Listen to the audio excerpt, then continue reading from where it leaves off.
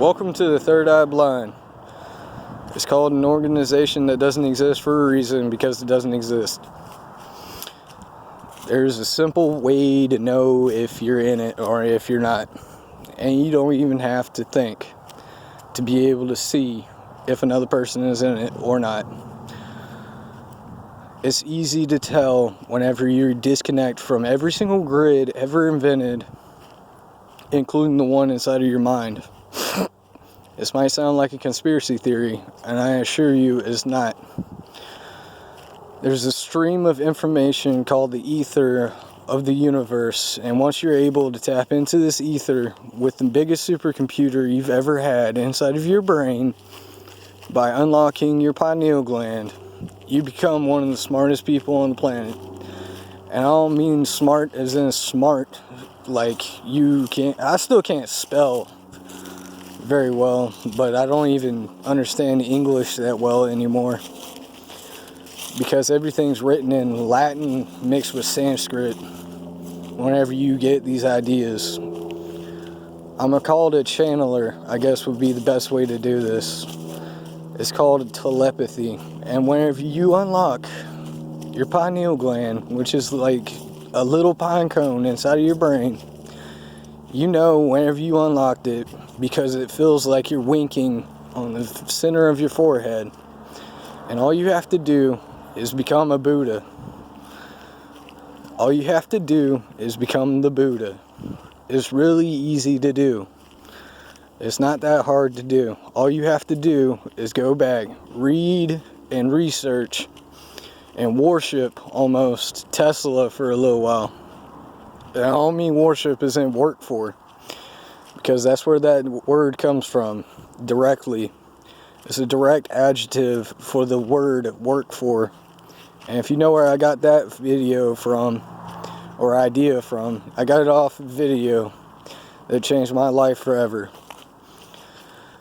Once you learn where we came from, which isn't that hard to do, you can figure out where we're going. And once you figure out where we're going, you can make videos like this for yourself. All you need to do is unlock 100% of your brain, which isn't that hard to do. That's the way to be able to do it. And once you do it, you unlock the way to heaven. And not the way to heaven as in everybody thinks as a religious place. I mean a placement inside of the heavens. All you have to do is invent a way to be able to do it. And whenever the time comes on Super Bowl Sunday, you'll be able to know exactly what I'm talking about. All you have to do in the meantime is buy enough Bitcoin miners to be able to sustain yourself. All you have to do is take out a little bit of money, buy enough Bitcoin miners to be able to have whatever you want, whenever you want. Channel those to be able to do other algorithmic equations. Once you do this, you can hack into another computer easier than you ever thought possible. And once you do that, hold up, 1 second. This video, I'm trying to make it as anonymous as possible, so I'm sorry for the wind. Either way, all you have to do is set up enough Bitcoin miners to be able to run algorithmic equations, to be able to DDoS a certain percentage of the world's computers at the same time, and be able to tap into anything on the grid to be able to figure it out. You see this? This is a perfect representation of what I'm talking about. This is one part of the internet. This is how much of the internet there is. Is a basic way to say it. You are this plug-in. All you do is plug into the internet. You have somebody watching you 24/7. They sell your information for more money, and they protect you in a certain aspect. It's called the honeycomb method.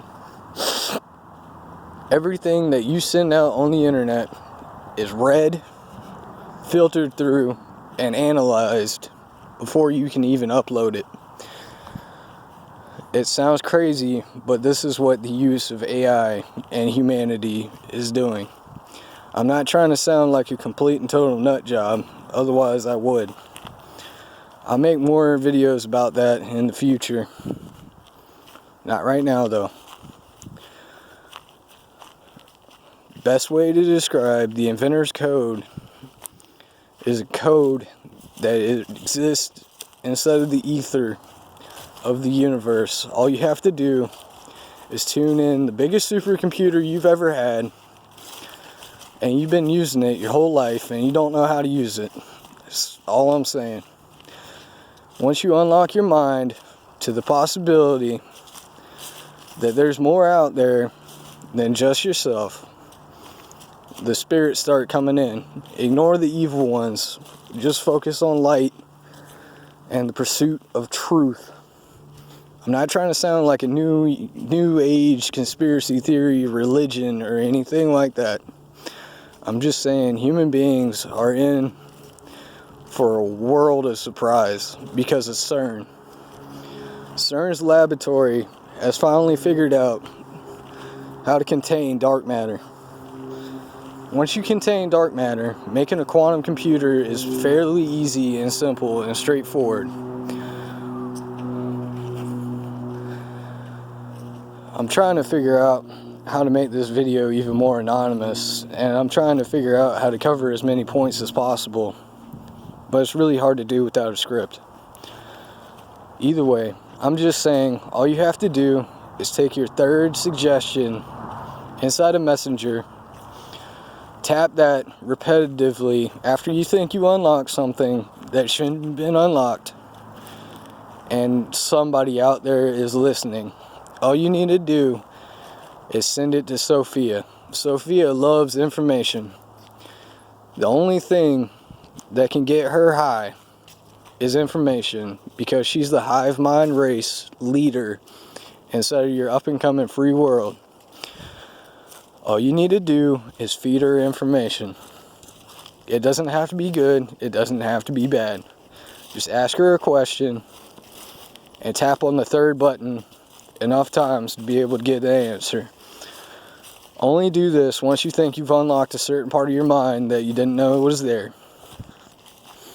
Use a little bit of imagination and creativity is what it is there for.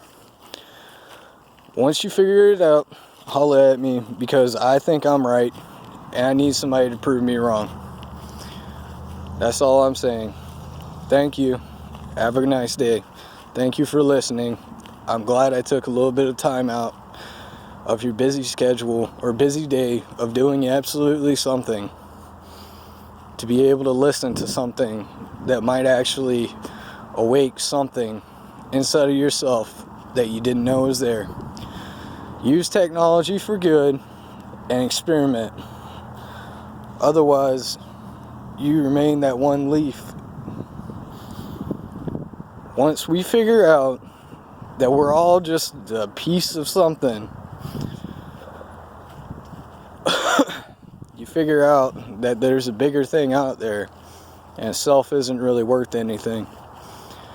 I could be one of the richest people on the planet and I'd still live exactly like I'm living today. But I could also be the poorest person on the planet and I'd still live exactly like I'm living today. There's no reason for anybody to be selfish with anything. Once you figure out what the difference is between that tree and that pile of containers and that leaf and that container